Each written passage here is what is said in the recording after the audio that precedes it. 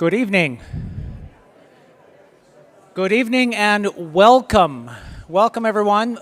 We still have people streaming in here. I know the weather and the traffic is not cooperating, but welcome to Goucher College. I'm Kent Devereaux, president of Goucher College, and we are so happy and so pleased to be hosting this tonight. So welcome here to Goucher College. We are so proud of what Goucher College does in the local community in terms of politics, and I got to say it is, we have a fantastic political science department with a couple of the professors are here, and really the Goucher College poll, and I see Malaya Cromer over there, our senior director of the Sarah T. Hughes Center for Politics here at Goucher, is really responsible for doing a lot of the work on that with our students. And so we're very, very happy to actually be hosting this Senate Forum tonight. So let me introduce Kim Coble, the director of the Maryland League of Conservation Voters, to kick it off and begin this evening. So, Kim?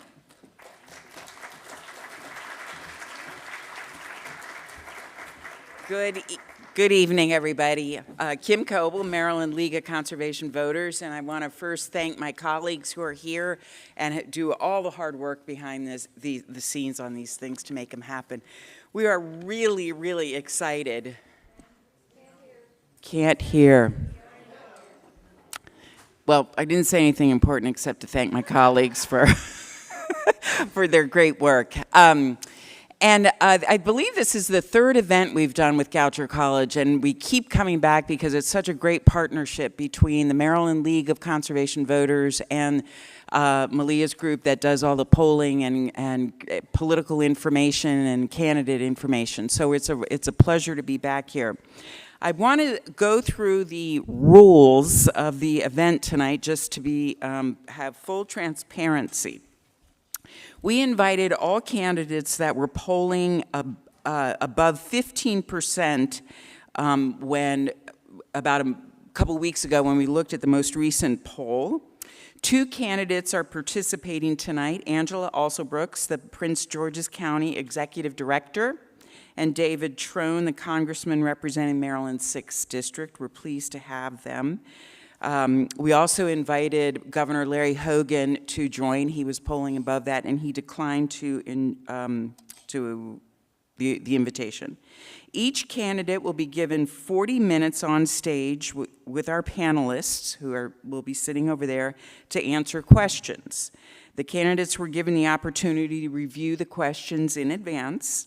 The questions will be the same for each candidate, although our moderators may ask follow-up questions of the candidates, should they see fit. We will try to get through the same number of questions for each candidate. We literally flipped a coin to decide who was going first, and I believe Angela Alsobrooks is going first.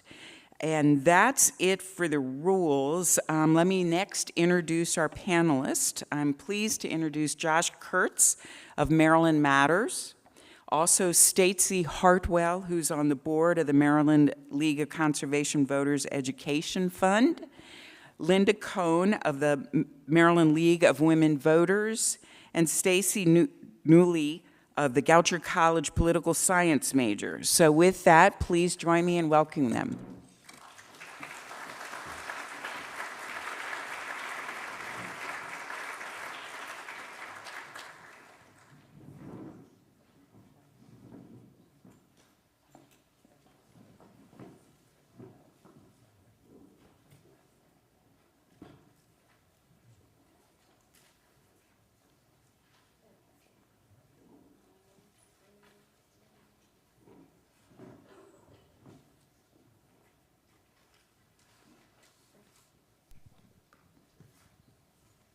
Good evening, everyone.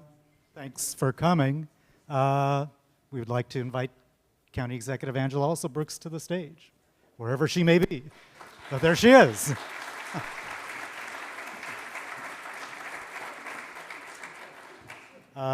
Greetings, County Executive Alsobrooks. Thanks so much for coming. Well, thank you. Great to see you. And I don't know what's happening with the mics, but.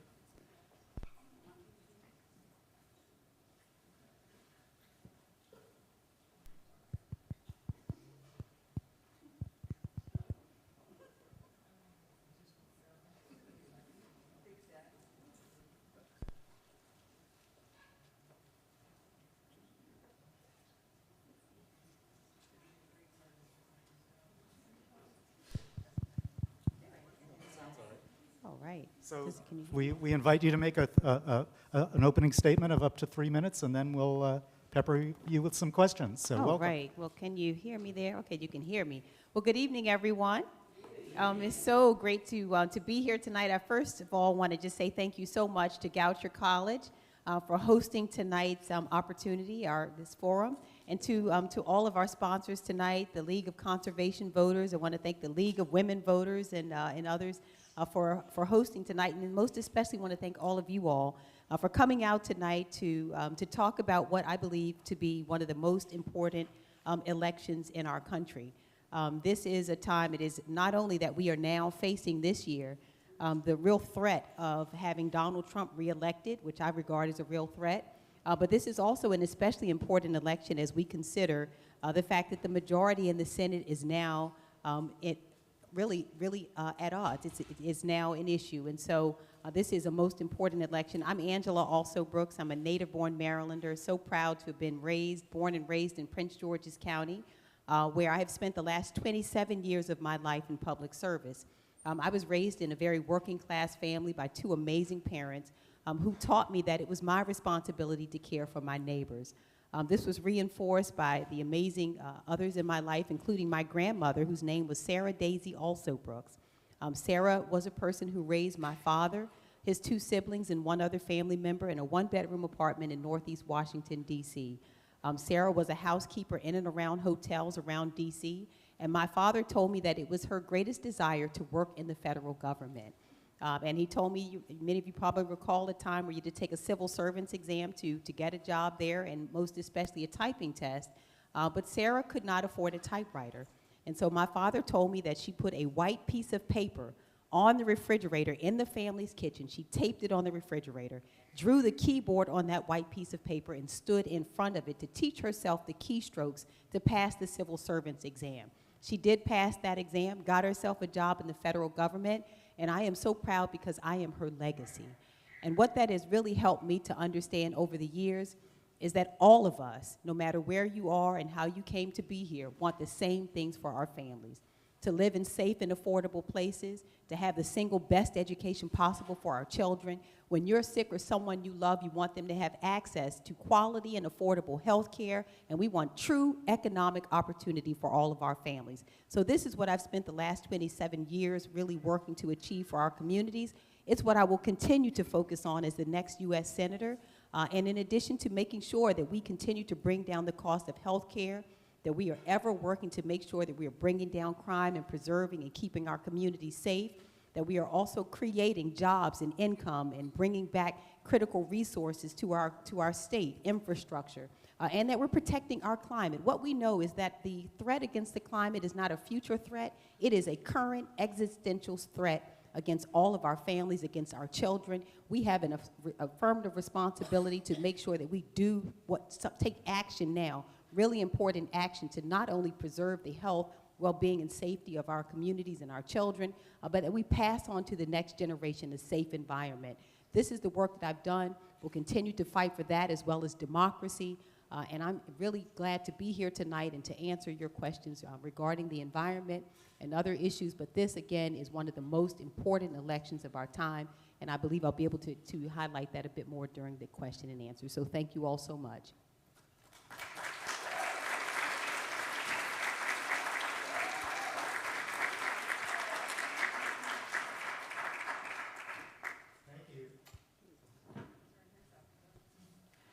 Thank you. We'll start with a question about clean energy, and we're going to jump around a bit in terms of topics, and everyone here will get a couple of questions, I think. So, Madam County Executive, let's talk about clean energy and clean electricity.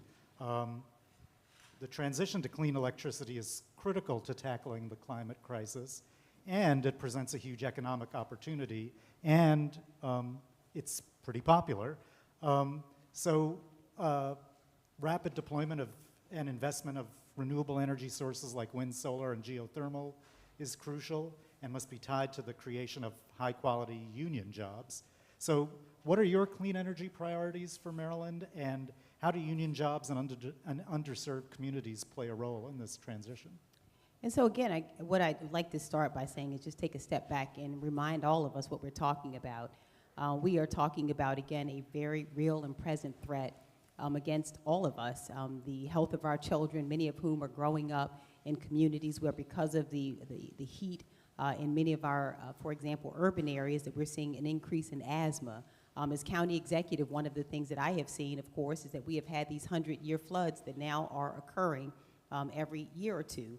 We're seeing just so many threats. You know, we stepped outside of our doors last summer to smell the smoke from wildfires. And so we're not talking about some distant threat. We're talking about a current threat. As county executive, I have first of all prioritized climate action. We have done so by making a number of really important investments. Those investments include investments in storm water management, $1 billion worth, to make sure we're securing our streams and waters. But we've also really prioritized renewable energy.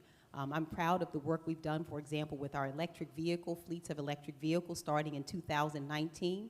We were able to secure grant funding from the federal government to expand a fleet of buses that we are now up to close to 32 new buses by working with people like Senator Van Hollen, who I'm proud to have his endorsement, to be able to expand our bus fleet so that our transportation we're converting to electric buses. We've also done really tremendous work around making sure that we, for example, are retrofitting many of our buildings in our county. And we have now one of the only in the state county-wide composting programs as well. What more do we need to do? I think that President Biden's Inflation Reduction Act is, as you know, a groundbreaking piece of legislation that has invested over $352 billion. What must we do? We must make sure that all of the incentives that are available to so many are that we close the education gap so that all of our families and all of our communities know how to take advantage of the important tax incentives that are provided through the Inflation Reduction Act. I think we have to also do much more work in making sure that we are, again, translating the value of all of those incentives and policies, and that we are working to make sure that the Environmental Protection Agency regulations are not only that we not only build on them, but that we continue to extend the policies through the Environmental Protection Agency that will continue to see our policies moving in the right direction. And again, when we talk about the threat that we're facing, many of us remember that in 2012, President Obama passed very important, made a really key agreement with the car makers and the environmentalists and others, and put forward really important legislation that would have helped us to curb what we saw in the way of gas emissions. And former President Trump rolled those back right away. This can happen again. This can happen again. And so it is protecting what has happened already through regulations, making sure that we continue to grow the Inflation Reduction Act. The bipartisan infrastructure bill, I think, also did a great job in terms of providing funding, for example, for electric vehicle charging stations and other things. But it is not just using those bills, but making sure we convert them so that the people who most need to use them understand that those incentives are available and that they begin to use them.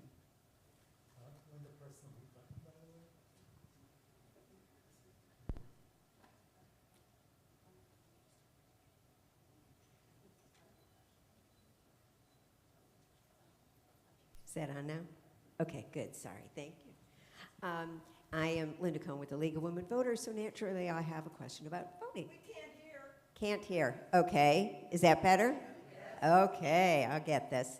My name is Linda Cohn with the League of Women Voters, so I have a question about voting, certainly.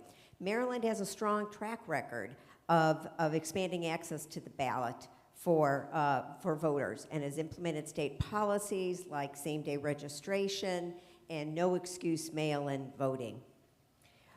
However, we see many states are rolling back some of the protections and some of the access and are disenfranchising eligible voters. If you're elected to the Senate, what will you do to support access to the ballot and voter enfranchisement? So our democracy, America is known for democracy and freedom. And what we have seen over the last several years has been horrific. The very targeted attack on our democracy, the very targeted attack against our voting rights. This is something that I think none of us honestly expected to ever see. I know that I certainly never expected to see what we're seeing here. These are the rights and freedoms that so many of us in this room have fought for over the years, and we see now that it is under attack. And so the John Lewis Voting Rights Act, for example, is one of the bills that I would certainly be working hard to get passed. But I don't think we can stop there. There is the For the People Act that Congressman Sarbanes has really spent the bulk of his 15 years working to not only make sure that we have access to the ballot box, and we just look at how horrific it has gotten, to criminalize not only people's attempt to vote, and we look at Georgia, for example, where they want it to be illegal for you to bring a bottle of water to the polling place. This is an attack that we cannot sustain, but we know that Congressman Sarbanes has also fought to get big money out of our elections as well. These major corporations and others, we want to be able to get big money out of elections. So I'll be working to support the For the People Act. But I think in order to get this voting legislation done, we are also going to have to eliminate the filibuster. It is the case that we have seen also a very targeted attack on civil rights. The filibuster has been used as a tool to do that. An example of that is that we know that, for example, between 1954 and 1965, we only saw the filibuster used 9 times.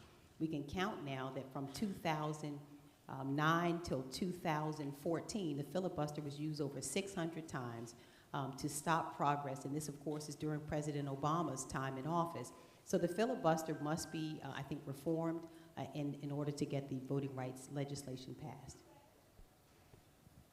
Thank you for that answer. You can hear me, can't you? Good evening, and thank you for being here. The transportation sector is Maryland's single most significant contributor to greenhouse gas emissions. Reducing transportation emissions and easing traffic congestion are crucial in addressing our state's carbon emissions. What alternative cleaner transportation options are you looking forward to supporting? I think we have so many, again, through the Inflation Reduction Act. I think that President Biden did an amazing job of really incentivizing the kind of behavior that we want to see in terms of having people move more toward electric vehicles. The problem with it is that the average person doesn't know how to access those incentives. I think that most people don't know, for example, that as of 2024, there is now a $7,500 credit that can be earned for people who purchase electric vehicles, both new and used, but I think the average person doesn't know anything about those incentives. And so our challenge is not now that we don't have the incentives available, the tax credits and such, but I think our challenge is an education gap in that the average citizen does not know about those incentives. And so we have a work to do, again, to make sure that we are closing the education gap and getting that information to average, everyday, hardworking families so that they can not only take advantage of all of the economic opportunities provided now by this new kind of green economy, the jobs that are available, the incentives, but also make sure that they have a real way to participate in the progress that we're seeing. I know that this challenge can be difficult. I have to tell you, you cannot imagine, and this, by the way, these are not theoretical ideas for me. These are things that I've had to do as county executive. I think it's one of the things that makes me distinguishable as a candidate is that I not only understand the policy, but I do know the practical impact on the people that we represent. I can tell you, for example, when we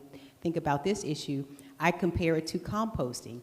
I cannot tell you how difficult it was for me to go from one community to the next and make the announcement that we were not going to extend trash collections, but that instead that was filling up the landfills and was predicted to cause us harm going forward, but that we were instead going to implement a county-wide composting program.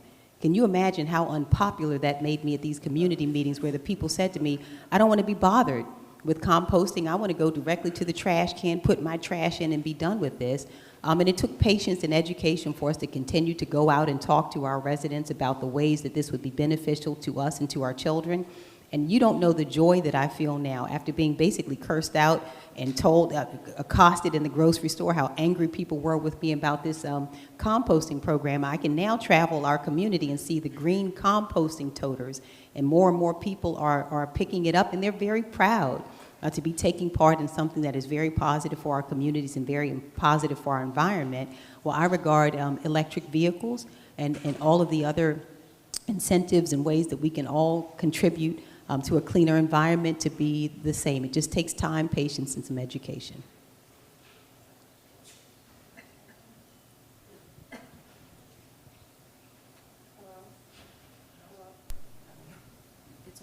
Is it on? Oh, okay. Hi.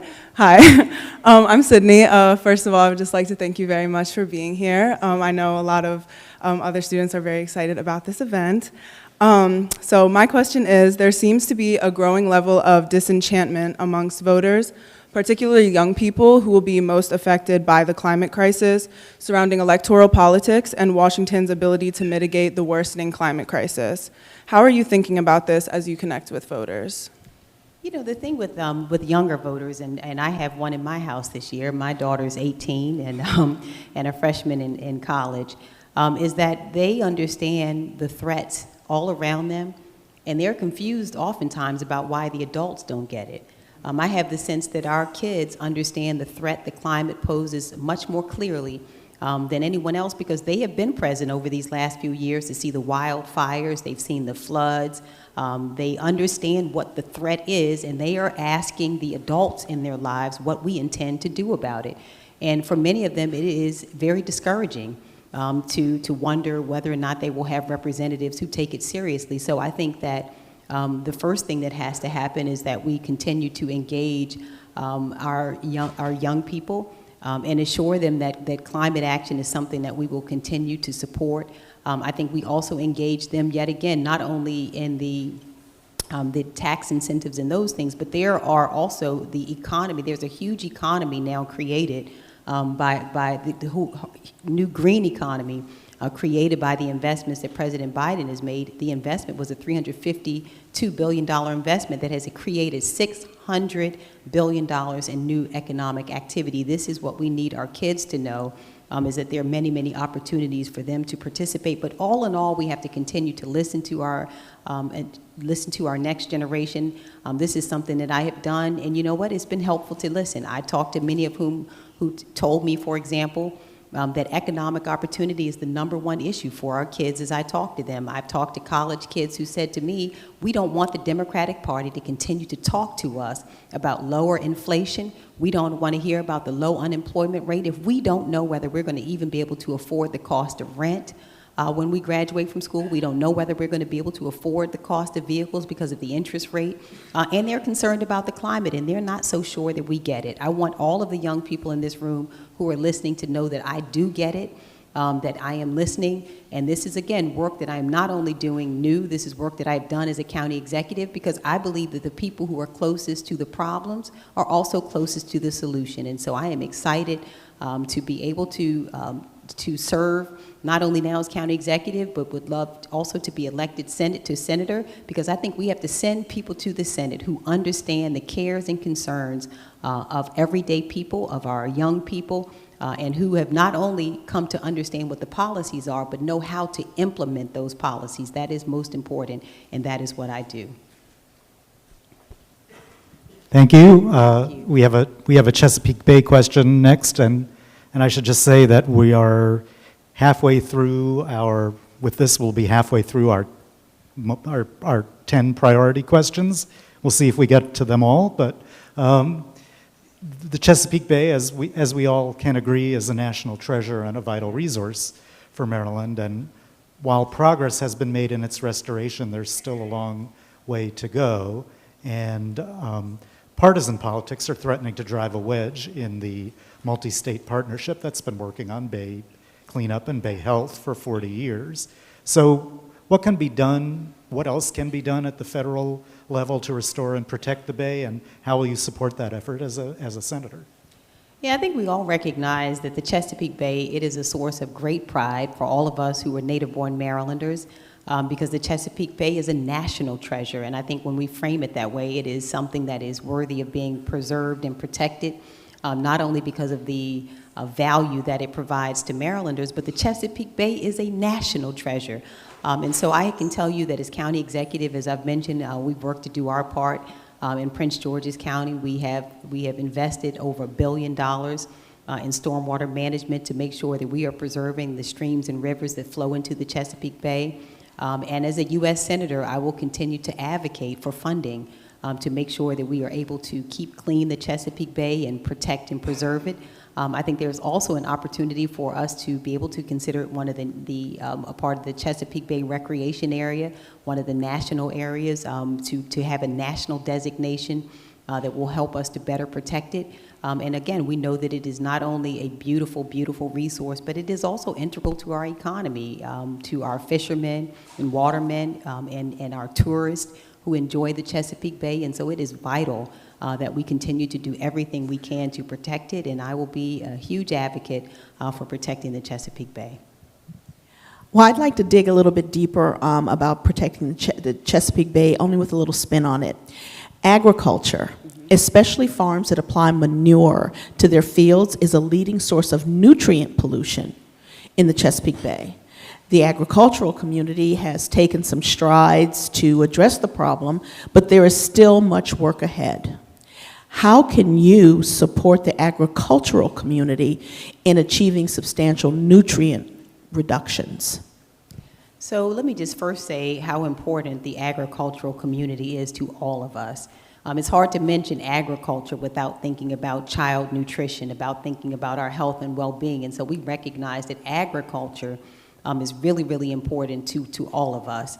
And I think it is going to be really important to work with the agriculture community to make sure that we are, for example, I'll be supporting the Farm Bill that comes up. It is renewed about every 5 years, but that Farm Bill will be really important to providing support to our farming community and agricultural community so that they have the tools that they need to keep our soils and such safe. And so we'll be providing support, and I think that the entire region has a reason to also support our agricultural community. I know, again, that we have to preserve our waterways, but I think that we can do both. I think that we can work to support our farmers who, again, are a very integral part of all of our lives. You know, we think, again, not only child nutrition, but I just think about nutrition in general and how important it is to all of us. But I will be providing support for the Farmers Bill so that we can continue to support our farmers. Thank you. I'd like to switch gears a little bit. I have a question about the cost of college. Biden introduced an initiative to alleviate student loans for some Americans, which was ultimately struck down by the Supreme Court. However, my concern is the cost of college as a whole, not just the student loan relief. Future students, especially minorities and those who are from disadvantaged communities, will most heavily feel the effects of this and be discouraged from seeking a higher degree. What would you do as senator to address the ever-rising cost of college? So I'm going to answer that in two parts and tell you just even hearing you read the question and the part you got to where you talked about the Supreme Court striking it down makes me so angry. When we talk about the fact that the stakes in this election could not be any higher, this is yet another example of it, is because of what the Supreme Court has done. I'm going to get to that part of the answer in a moment. I am not just saying this because my daughters are freshmen in college, but the cost of college is too high. We really have a lot of work to do to make sure that we are not strapping our kids with debt. The ones who want to serve our communities as nurses and who want to serve our communities in other professions, I think we have an obligation to them to make sure that we are making the cost of college, that we are lowering the cost of college. I think we can do that by making sure we support things like expanding the Pell Grants that we provide. I'd like to also see us work toward providing community college to some of our lower income students for free. And so we have many things that we can do. I agree with what President Biden did in terms of forgiving up to $10,000 in debt for our college students, but I think we have to work to find more and more ways to make college affordable for our students who are in college. Now, I wanted to just go back to remind everybody that much of what we've seen struck down has to do with the courts. And so in this next election, it is going to be vitally important that we not only reelect President Biden, but it is vitally important that we also do not allow the majority in the Senate to go to the Republican Party. They have at every turn blocked progress. This Supreme Court, I think, is in need of some reforming. You know, it is the case that, you know, it should not be the case that we are seeing ethical lapses. I am so sick of Clarence Thomas. I'm sick of his wife. You know, we just really do. We need some serious reforms on the Supreme Court. And it is horrible that we hear judgments coming out of the Supreme Court, and we have to ask ourselves whether these are political decisions or whether they're based on the merits. The fact that we can't even trust what the Supreme Court does in striking down the student indebtedness was just yet another example of how they are just out of line, I think, with the views and values of average Americans.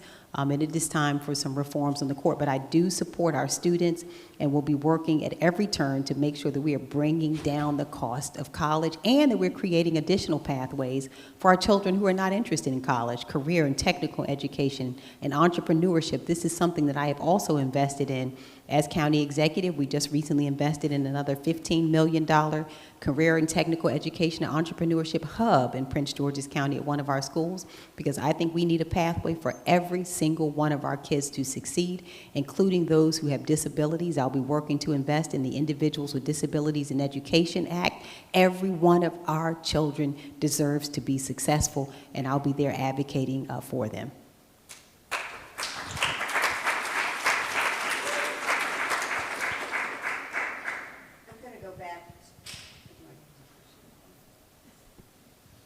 Okay.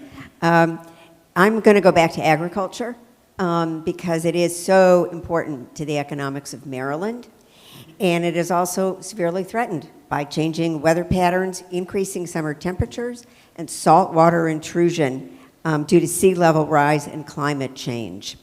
Nationally and globally, climate impacts agriculture negatively.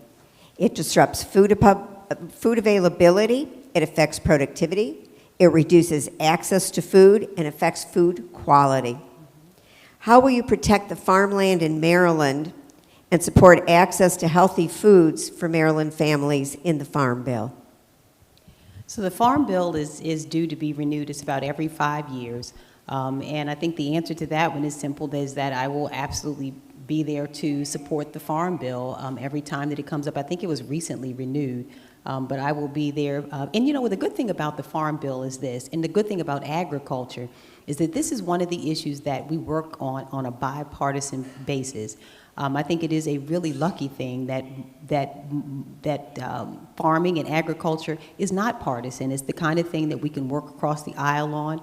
I think it's the one thing that one of the things that we can agree on, all of us, is that agriculture is important to every single community. It affects all of our communities pretty much the same. So I'll be looking for opportunities not only to support the Farm Bill, but I'll be looking for opportunities to work in a bipartisan fashion to make sure that we are coming up with ways to support our farming community and agricultural community.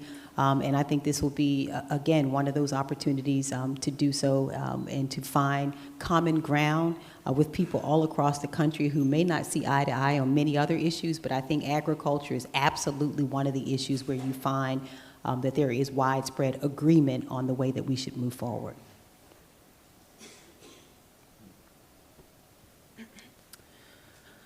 Between the burden of student loans and the drop in the housing supply, buying a home seems like a distant dream for a soon-to-be graduate like me.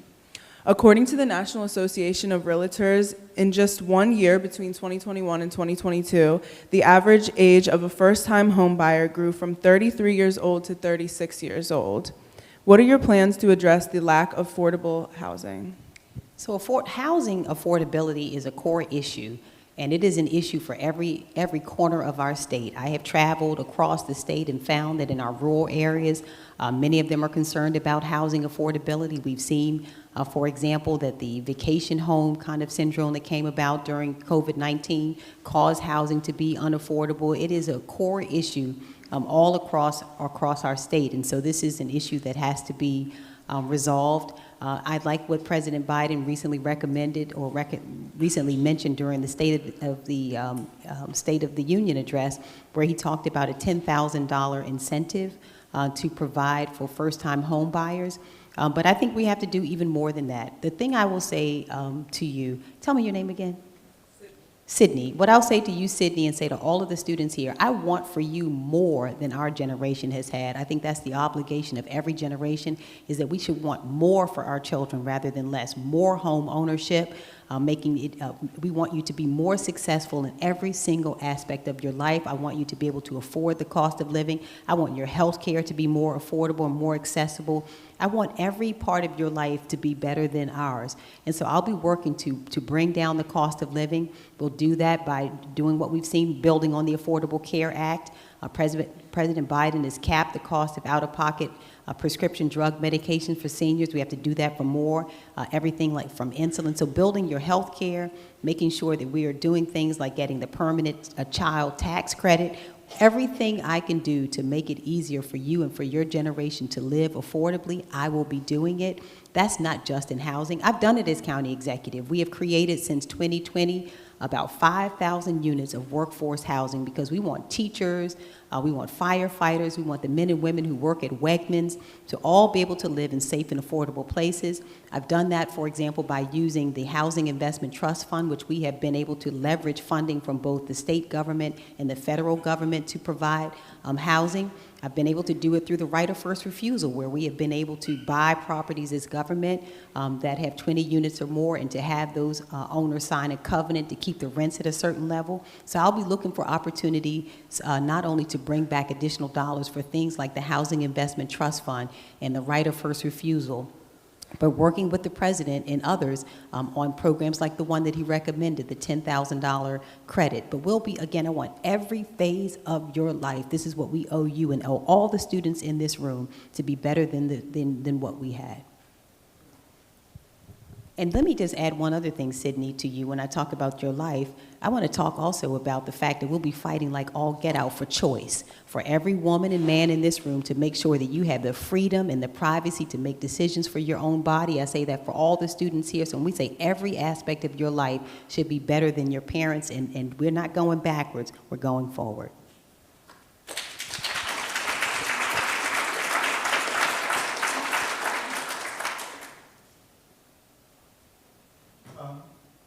Madam County Executive, I say this with admiration. You've been very diligent about answering all our questions, so much so that you've actually anticipated some of the ones we were going to ask. You've wrapped those into your answers. So I wonder if you'd be okay with just one quick kind of off-the-cuff climate question.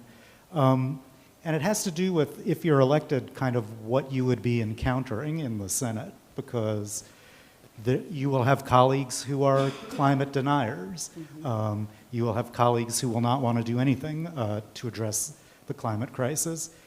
As you yourself mentioned, President Trump could get reelected, and he may seek to undo a bunch of Biden administration regulations and worse. So, I mean, I guess the question is kind of what's your strategy for encountering these kind of opponents when you get there? Well, I'll tell you, the first strategy is this. My parents taught me that you don't sit on the sidelines and complain about things you don't like. If there's something you don't like, you better do something about it. So I've had a choice to make, and my choice is to run in this election, and to run hard to make sure that two things do not happen. The first, there are two things that cannot happen. One is that we cannot see former President Trump elected, and we cannot elect Larry Hogan to the Senate as well. And that is really important if we want to see any progress. We have to be able to do that. Now, I can tell you also that my father said something else wise to me. He said, you know, how you see something depends on where you sit. And what that means is that it is possible for people to see things differently than we do, who have a whole different perspective based on their life's experiences. And he has taught me that it is important not to demonize people who don't see every issue the same that you do, because based on their life's experiences, they may just see it different. Now, I've used this. I've been able to do this. I did not agree as county executive with everything that Larry Hogan, he was governor. but we were able to get things done together. I didn't agree with him on voting. I thought we should mail ballots into homes because it increased participation. He did not agree. I was able to build a cancer center in Prince George's County. I was able to get $67 million to build the first of its kind freestanding cancer center, even with a person I didn't agree with, because there are things that we can agree on. So I'll be looking for those people. And as I mentioned, I believe that agriculture, there are a good amount of people who are in the, I don't know what you call them, they're in some other twilight zone about the climate. They are deniers. They just kind of don't understand what they're seeing or refuse to understand what they're seeing. But even some of those people I believe I can work with on farm bills. I believe there are some of those people who I can work with around some of the issues that we might agree. And I will be looking for points of agreement because my only objective is delivering for Marylanders. I am not like some of these folks who go in who have a huge ego, the crazy Tommy Tuberville, who went in and refused to appoint military officials because of his insistence that he should control the bodies of women in the military. I am there to get things done for Marylanders, and I will work with anyone who will work with me to make sure that we achieve the objectives of Marylanders. Marylanders are very forward-leaning, very forward-thinking. We are here, we are lucky that we're in a state where we do believe in protecting our climate and taking action on climate now. And I'll be looking for anybody who will help me to achieve those objectives, even some who I may not agree with on other issues.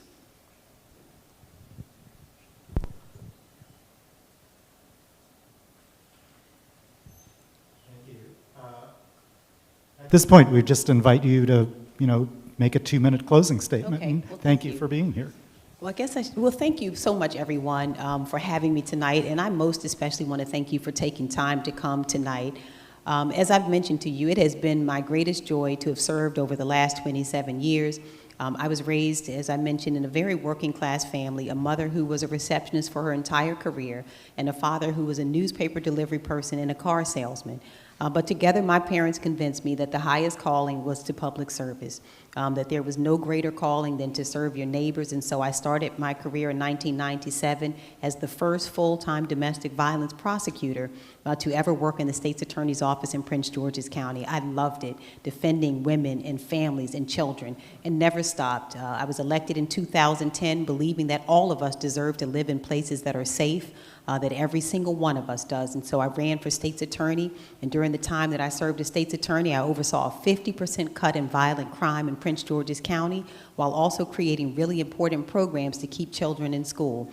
I didn't stop there because I realized that many of the people that I encountered in those courtrooms who were seeking second chances, in my opinion, had never had the first chance.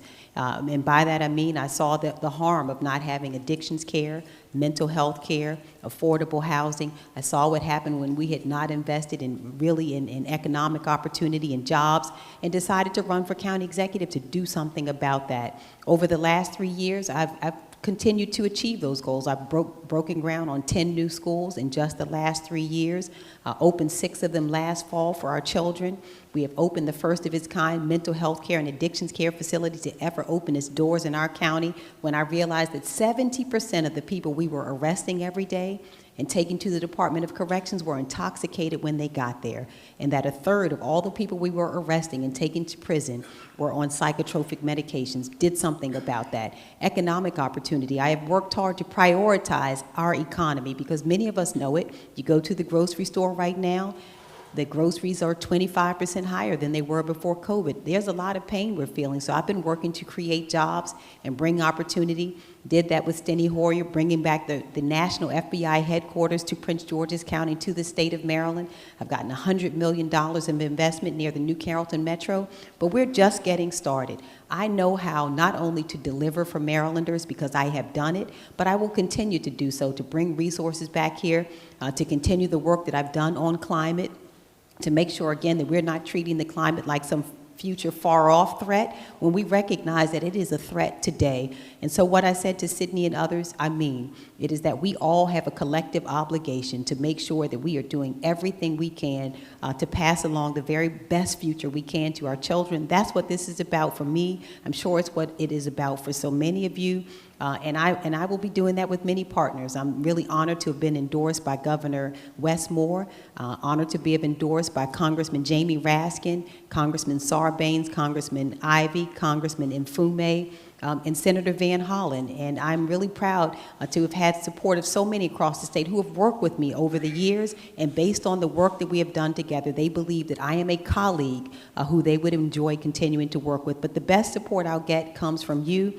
I'll say this, and then many of you not heard a lot about me, probably because my opponent has spent $39 million, and you've been able to see it on the air and in the mailboxes, and when you turn your computer on, you have not had the same chance to hear from me. But I want you to know that I have been working steadily, will continue to do so, and that this election will be won by the people of our state, who I believe will send someone to the Senate who will continue to work for us. And I also want to say what a great opportunity is. We have 10 people in our federal delegation, and all 10 are men. What a wonderful chance it is for us to be able to also send a woman to Washington, I think, whose lived experience is needed. And so this election provides many opportunities, but thank you so much for allowing me tonight to share with you a bit, and thank you all also to our moderators for asking the questions. Thank you so much, everyone, and please vote for me. Angela also Brooks.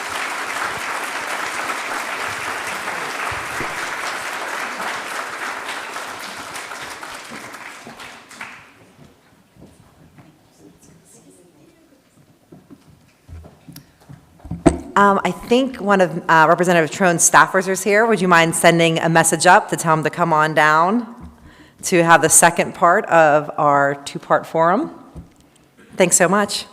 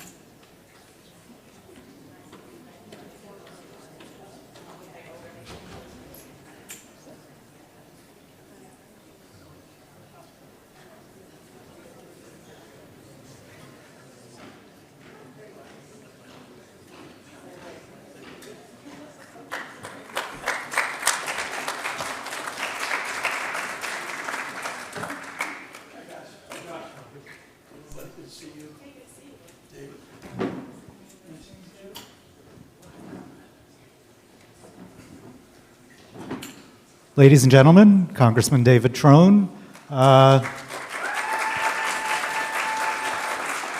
Congressman, we invite you to chat for 3 minutes, tell us about yourself, and then we'll shoot some questions your way. Okay, is that my official clock? Okay, great. Well, good evening, everybody. First of all, thank you for coming out.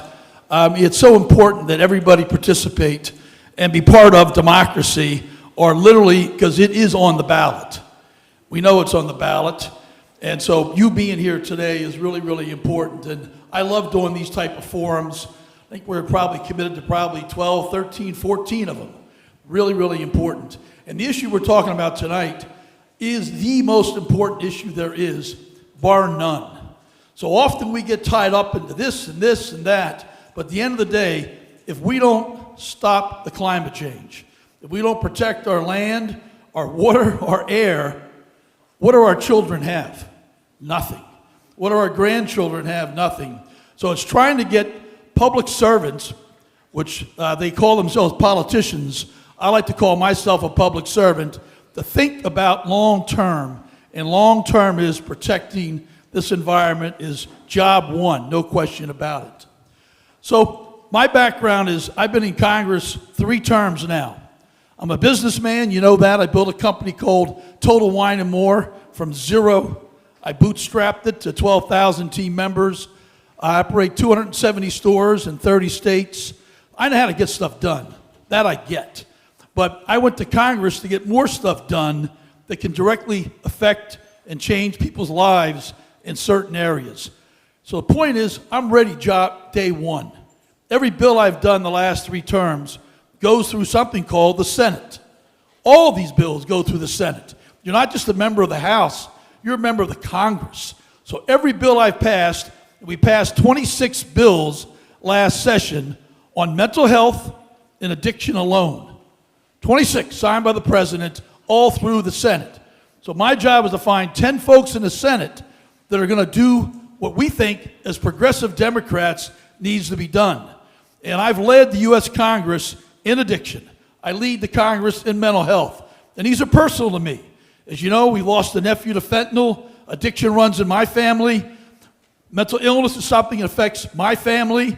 We're very upfront. We talk about it. We have to be real. And we have to say, we all got to pull together as a community. And as a community, we will be more successful. But we've got big bills passed, $8.75 billion alone for state opioid response grants, medically assisted treatment. So we use a drug like buprenorphine to fix the opioid addiction, our recovery housing bill. So these are big stuff that we got done. And we brought Pell Grants back for returning citizens. $34 million a year now we have in Pell Grants. We pay out to give folks a second chance. I'm a cancer survivor.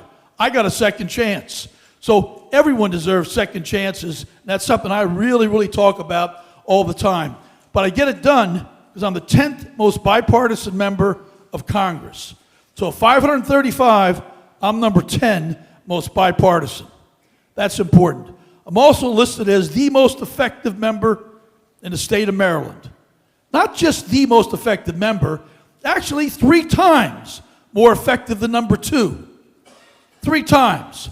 The point is, I'm the policy guy. I'm not the guy here on CNN and MSNBC. I don't care about that. What I care about is moving the needle so my kids look at me, my 4 kids, and say, I'm proud of my dad. I'm proud of what my dad's done to help in these areas that are taking 110,000 lives last year on overdoses, 50,000 lives last year on suicide.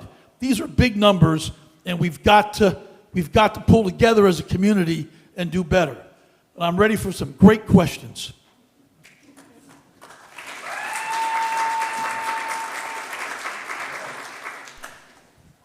As you know, the topics are sort of climate, environment, democracy, issues of interest to students since we're on a college campus. We'll start with a clean energy question. Transitioning to clean energy is critical to tackling the climate crisis. It also presents a huge economic opportunity and is extremely popular. Rapid deployment and investment of renewable energy sources like wind, solar, and geothermal is crucial and must be tied to the creation of high-quality union jobs. So what are your clean energy priorities for Maryland, and how do union jobs in underserved communities play a role in this transition? Yeah, so often the environmental problems land hardest on the communities of color and that are low-income communities. So these are the folks that end up with the lead in their water. They end up with the asthma. They end up with dirty air. So we've got to really work hard to be effective here. President Biden has led the way. I mean, we've got to give President Biden the credit he's due. I mean, passing the Inflation Reduction Act, you've heard it over and over, didn't have a daggone thing to do with inflation, really. What it was about was how we have a green economy. $370 billion. Biggest ever we've ever done. I voted for that bill. It's a fantastic bill. I'm an appropriator, which means we appropriated the money for that bill to go forward. But really challenging targets like the electric vehicles, 50% by 2030. That's pretty amazing. 500,000 electric charging stations. That's a pretty ambitious goal. But these are the type of things that we can really begin to change our environment in a much, much better way as we take out that pollution out of the atmosphere. But sometimes people ask, how did we get here? Well, we got here because I'm always going to go back to the special interest. The car companies, the oil companies, did they want a green revolution? Did they fight against the green revolution day after day after day? Do you know how much money is spent by the last 2-year cycle by special interests in Congress? $1.9 billion. $1 billion. That's junkets to Park City, to Miami, to Napa Valley, direct contributions of over $600 million to members of Congress in the Senate. And we always sit here and say, well, why is it so hard to fulfill the goals of the League of Conservation Voters, the Sierra Club? Why is it so hard for us to get to our, what seems so clear, protecting this environment that we've only got one? Well, that's the problem. There's these entrenched interests, financial interests, that are holding us back consistently. So that's why we've got to figure out how to get all this corporate money, all these PACs, all these lobbyists out of the system. Because when Exxon writes a check, does anybody think Exxon's a charity? No. How about Pfizer? Anyone think Pfizer's a charity and they do a lot of toxic waste and toxic dumps? Is Pfizer a charity? I don't think so. And the list goes on and on and on. So we've got to pull together as Marylanders, but also as Americans, if we've got to put this on the front burner, because the clock is ticking, and it's ticking very fast.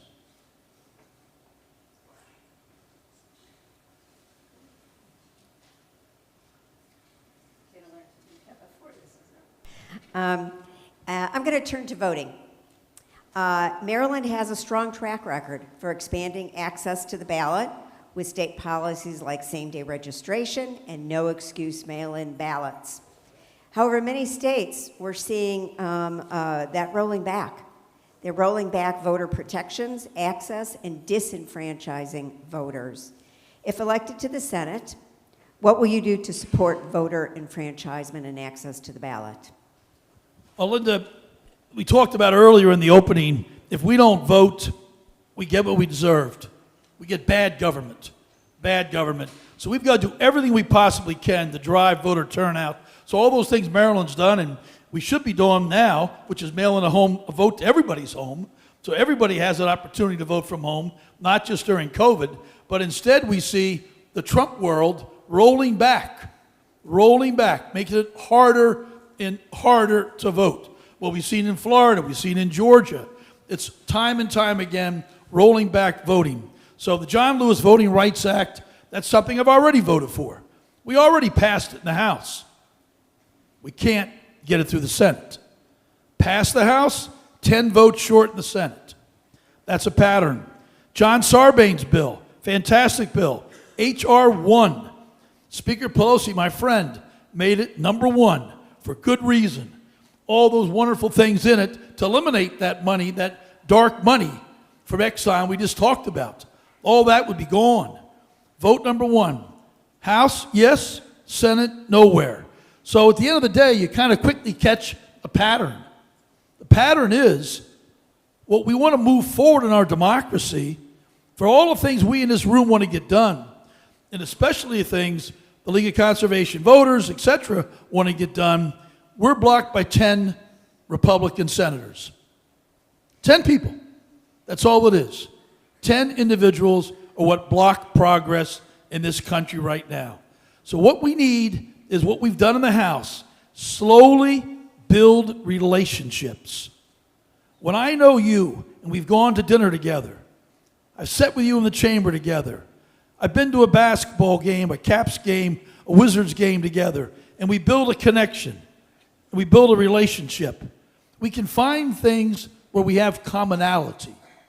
And as Americans, we have so much more commonality than we sometimes realize. And that's what we've done with mental health. Does anyone not think Republicans have mental health challenges? That was a joke. But I'm daggone serious, you know that. It was a joke, but they absolutely, every family does. Every one of our, 1 out of 5 families in America challenged has mental health challenges. And do we think Republicans have addiction challenges? Of course they do. Do we think Republicans are justice impacted? Of course their families are. But we need to do the same kind of relationship building that I've been able to do in the House by finding 20, 30, 40, 50 members that I can connect with that are different members on each issue. One congressman on the Republican side cares about mental health because it's personal to his family. Another different one cares about addiction. Alcoholism runs in the family. A third cares about justice impacted. His son had a run-in with the law. So you got to find the people that care about the issues. And the only way you can do that is take the time to sit with them. Share a meal, share a conversation, share a coffee. And when you do that, you can find the folks where we can get common ground. Then with common ground, we can begin to move forward. Now, there are 40 Republicans that are just batshit crazy. I mean, and there's really no reason to talk to them. I mean, there's no reason ever to talk to. I mean, Margie Taylor, Chip Roy, Lauren Boebert, I mean, I'm just sorry to say, they're just terrible people. No, they just want to tear our country down. They don't believe anything they don't care about our environment. They don't care about our government. They're happy if we close. So don't waste your time with that group. They're just on Fox News. They don't ever accomplish anything. All they do is try and block things. Let's find the folks that want to get something done. They came to Congress on a reason, came to Congress on a mission. There's folks out there, and we found them in the House, and we can get our stuff through. We need to find more in the Senate, and that's why being in the Senate gives me another edge. I found Republican senators, Cassidy, Capito, Murkowski, that have passed all of my bills. But I need more, because often they won't even talk to a lousy congressman. They don't even care. But they're all demigods. But we've got to sit with them and get to know each other, find out where they have personal issues, where they concerned about these issues, then we can work together as Americans. Not as Republicans, not as Democrats, but as Americans.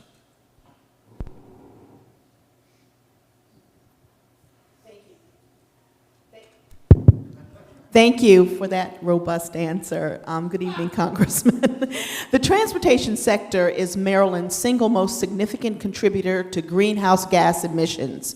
Reducing transportation emissions and easing traffic congestion are crucial in addressing our state's carbon emissions. What alternative or cleaner transportation options are you looking forward to supporting? Well, just once again, we'll just repeat once again, Joe Biden has to win. Inflation Reduction Act, $370 billion. But besides that, let's talk about this state.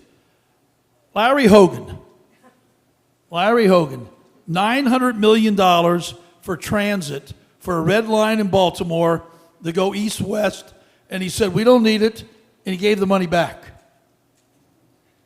Is that crazy? Yeah, that's crazy. And he'll pay for that. But how about the Purple Line? The Purple Line was struggling. Larry Hogan said, oh, I'll figure this out. And he brought in another group, another contractor that he knew, former friends of his, maybe current friends.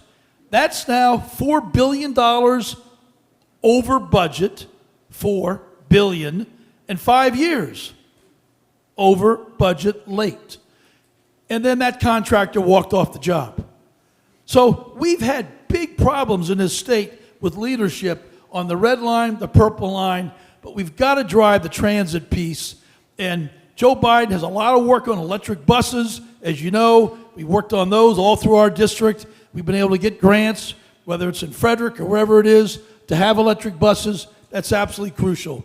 But at the same time, you know, we're not selling enough electric cars right now. The number right now is 43% that have to be sold. The dealers are pushing them out. Then they're sitting on the car lots. They're sitting there. And the gas cars are selling out. So the incentive of $7,500 that was referenced earlier tonight, that's nice, but it's not getting the job done. We're going to have to figure out with the federal government how to drive folks with better value to buy these EV vehicles. Because the Tesla, I had the first Tesla in my neighborhood. I don't have a Tesla, but those kind of folks, that wore off. And they're tired of that. And they're not buying them like they should be buying them. So we've got to drive more EV cars, and it's going to need more government involvement to give more government incentives, because they're sitting on the car lots now, and they're not moving. And of course, the charging stations have got to get deployed faster, way faster, because folks don't have the confidence to buy an EV that they can get wherever they want to go safely and not run out of fuel. So it's a big challenge. Thank you. Hello. I'm Sydney. First of all, I just want to thank you very much for being here, Mr. Trone. I know a lot of other students are very excited about this event, so thank you for being here.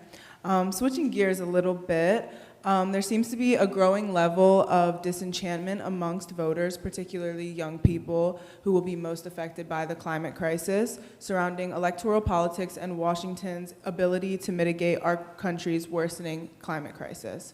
How are you thinking about this as you are connecting with voters? Well, I love young folks. I like to spend time with young folks.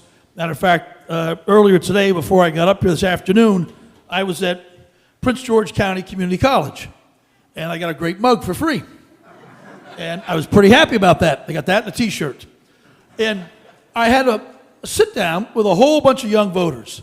And when you sit with young voters, it's really a good feeling, because they ask so many smart questions, and they care so clearly, so much. You can feel the passion with them.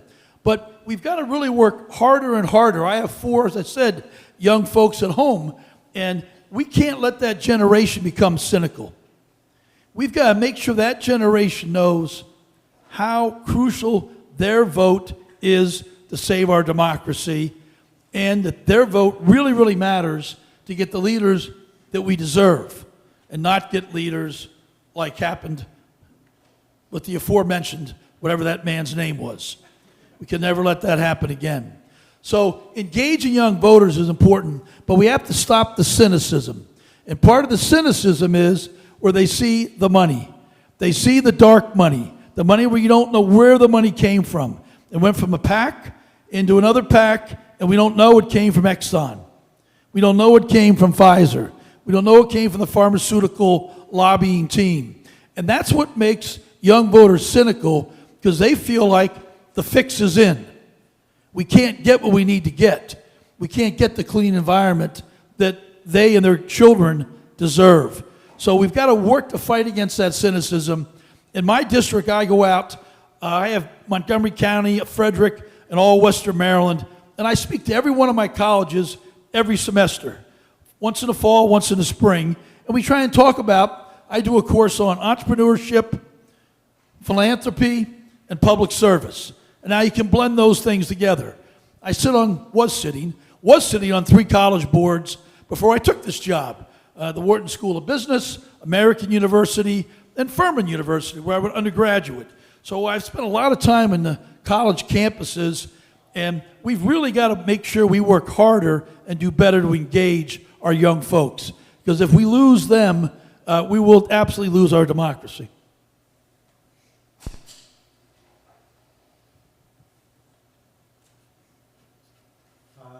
Let's talk about the Chesapeake Bay.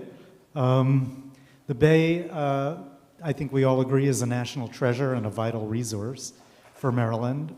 While progress has been made in its restoration, there's still a long way to go, and partisan politics are threatening to drive a wedge in the multi-state partnership that's been working on the Bay for 40 years. So what can be done on the federal level to restore and protect the Bay, and how will you support the effort as a U.S. Senator? Yeah.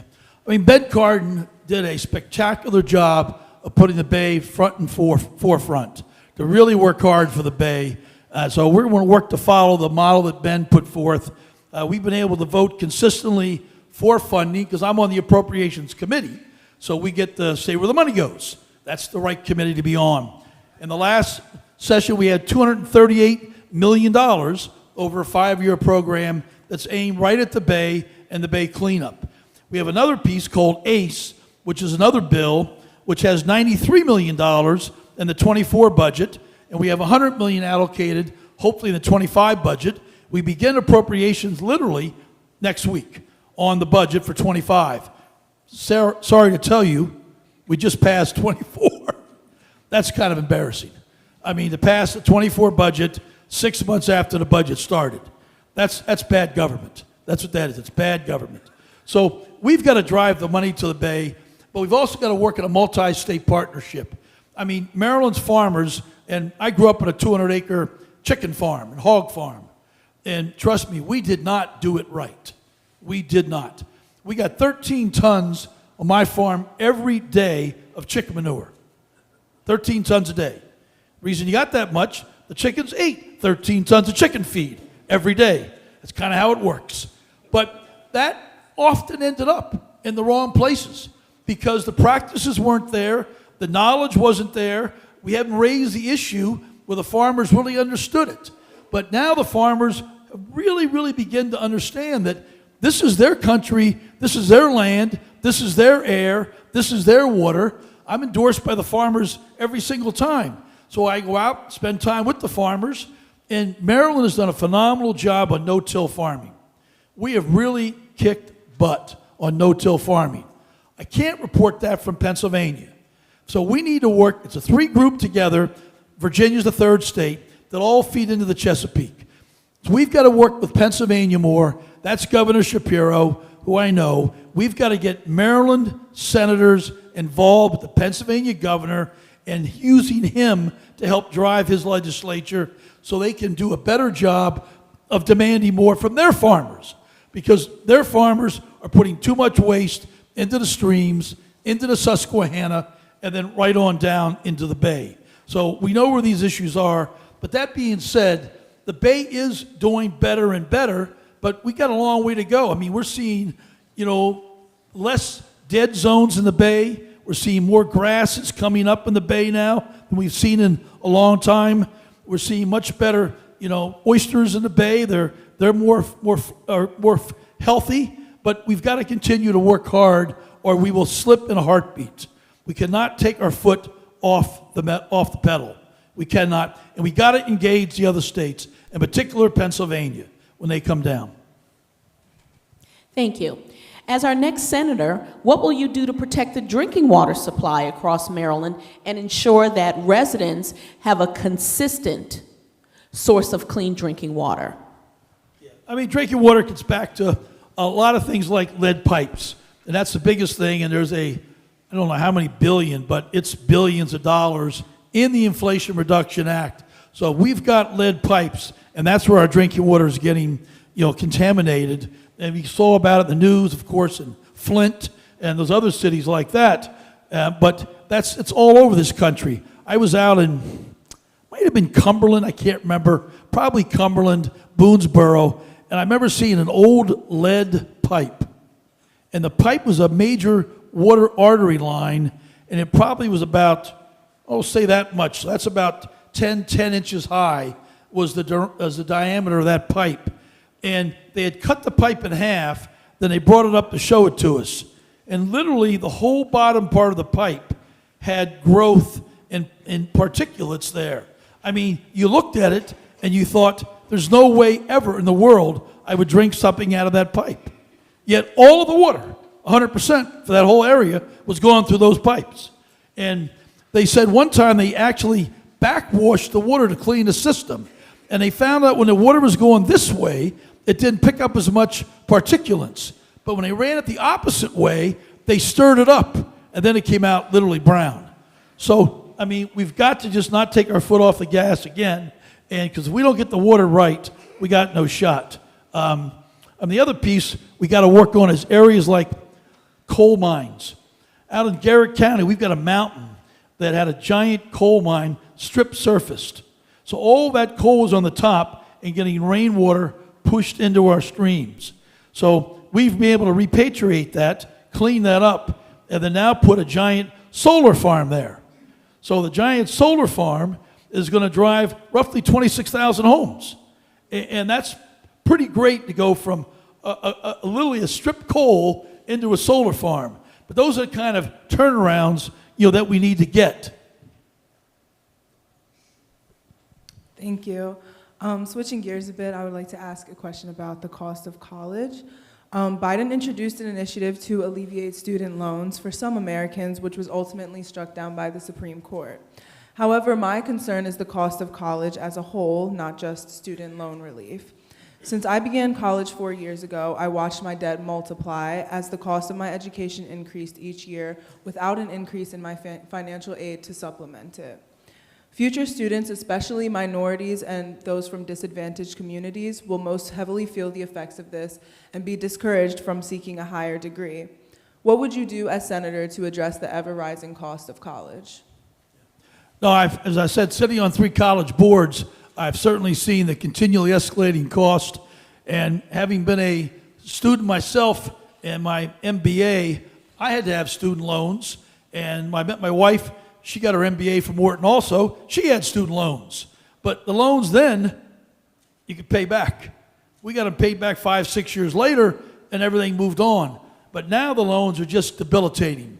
So I really applaud President Biden on this, because all these students signed up for something called a degree and a job from that. And we let them down because we didn't have the right supervision on a lot of different colleges where students went and did not get that degree or even a good job.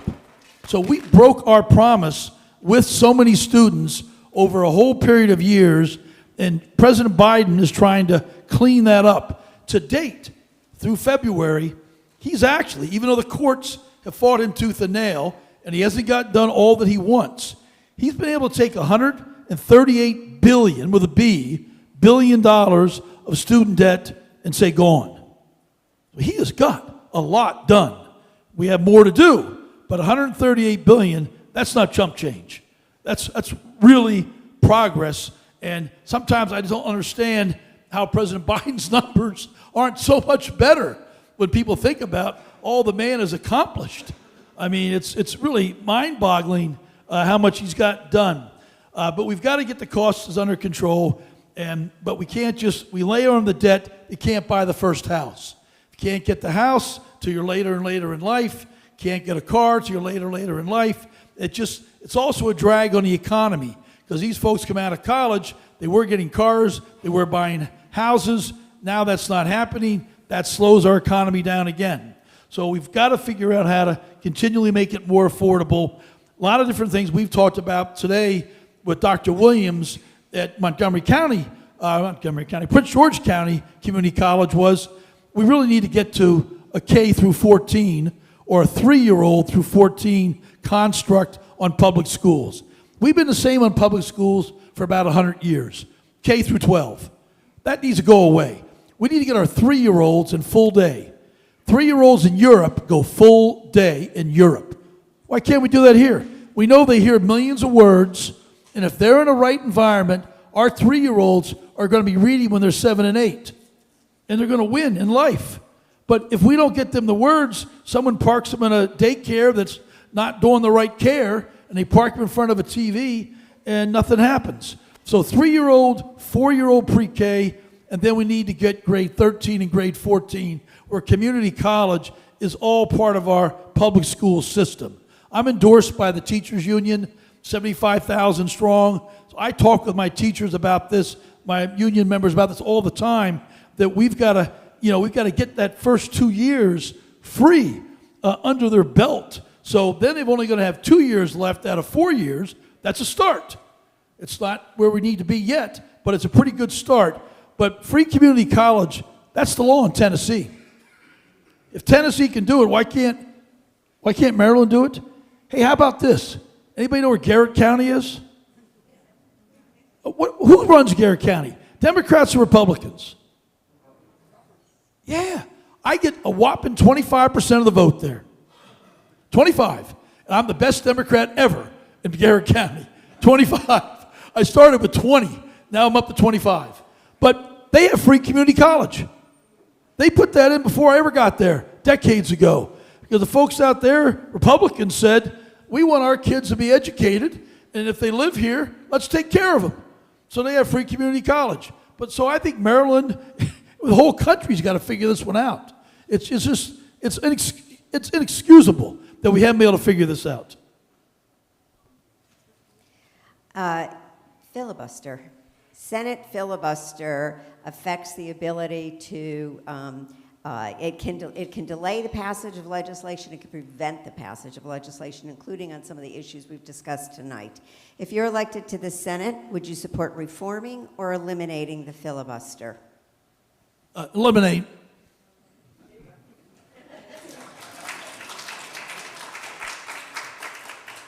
You're up, Josh.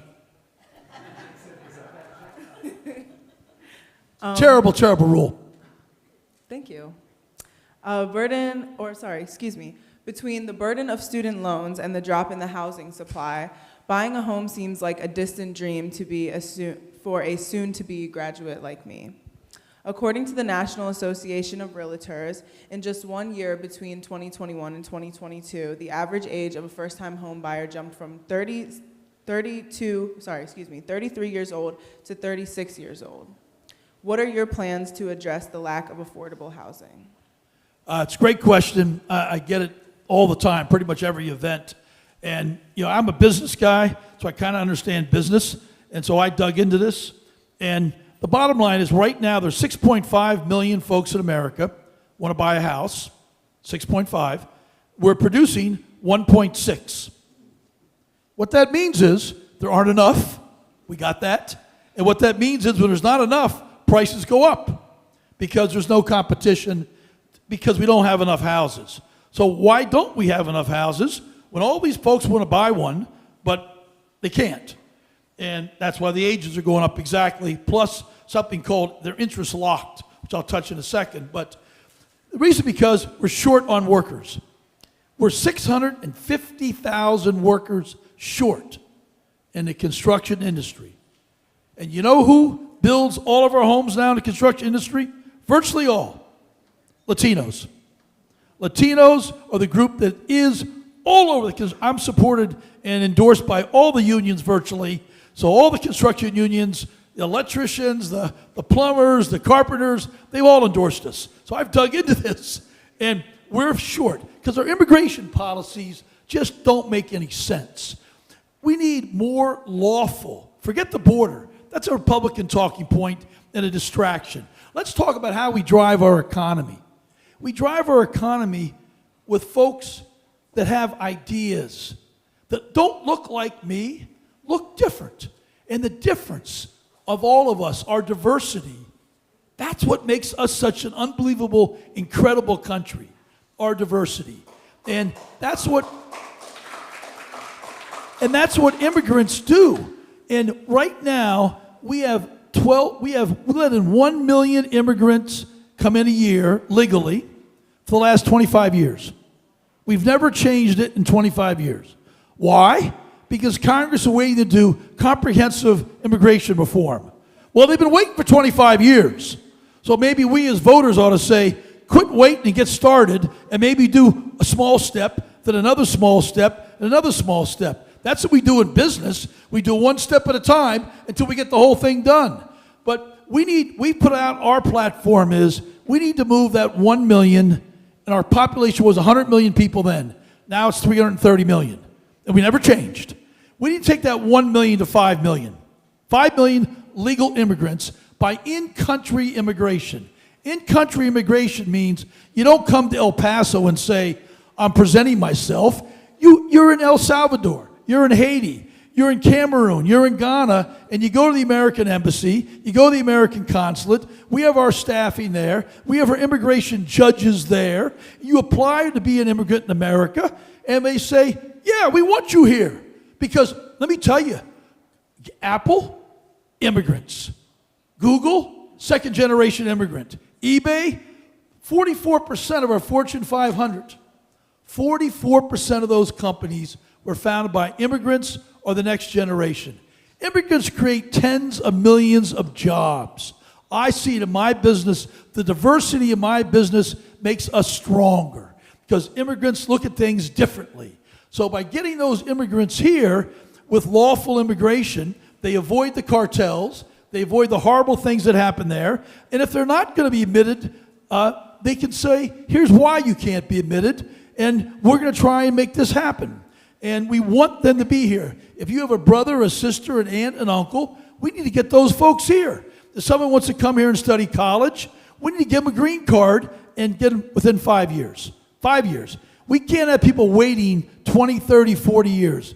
The people who have been approved right now in 7 different countries are combined. When you look at the age actuarial tables, 26% of them will be dead when they get approved, they get admitted. So we've approved them, but they haven't got to the front of the line yet. They're in the line, and they won't make it to the front, 26%. So that's just craziness. So we need to rethink our immigration and realize that, and that's something I think I can work with Republicans. When you talk about legal immigration, you talk about how it drives business, it drives housing. All of a sudden we have those houses. All of a sudden the housing companies, the developers, have to compete with each other. Don't you love that word? I love that word because when they compete, we get a better price. And people can buy a house at a better deal. So there's a lot of big changes we need to try and make. But I don't think we think big enough sometimes. Congressman, I hate to say, I think we have to leave it there, but thank you for your time. Everyone, thank the Congressman for being here.